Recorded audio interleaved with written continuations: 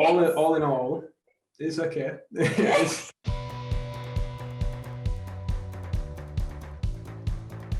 But what is it really like to live in such a confined space as a couple? We were debating doing a YouTube about this because we have so many questions. All in all, it's okay. No, it's definitely a test. Like, Yeah, we're thankful that we've already had the previous experience of travels that kind of led up to this, and we kind of know the boundaries and stuff.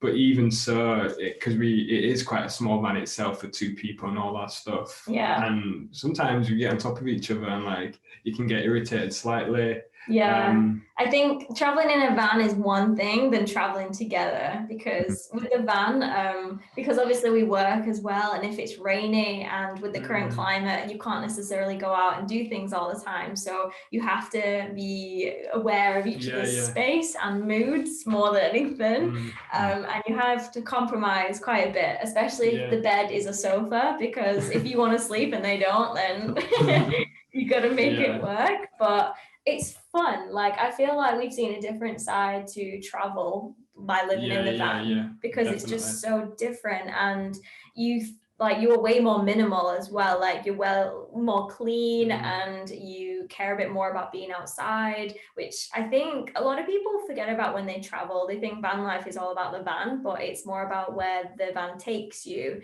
and spending more time outside in nature. It's definitely an outdoors lifestyle, and we've taken it really slow. We woke up today, we just like, right, let's have coffee, let's have breakfast.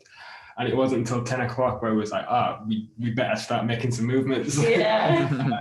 But it's beautiful together. If you can experience it with your partner, as long as you can tolerate them, then definitely try it. Yeah. Nice. And in 2017, you wrote a blog post on the misconceptions of couples that travel. I wondered if you could elaborate. I know it's taking you all the way back. Not really fair of me.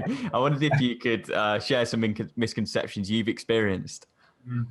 So the blog post is really spot on, but even more so now, like, one or two things have changed. Yeah, I'd say like one of the misconceptions is travel is that we are in love every second of the day. I think social media definitely portrays that couples never take their hands off each other, when in fact me and Luke have those moments where we have to be separate at least for a couple of hours because we'll kill each other otherwise. Like, cool off.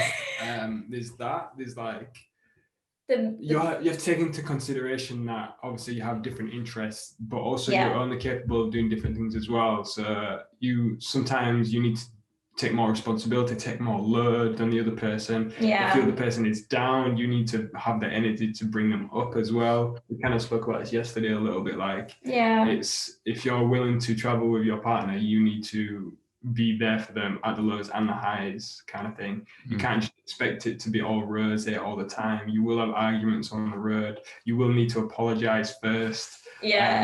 And blaming each other is definitely not the way to go, because so many things go wrong when you travel, especially in the van life, and it's so easy to just throw the blame on the other person. It's just about taking the responsibility and just owning up for what's gone wrong, just because I think an argument's not worth the relationship.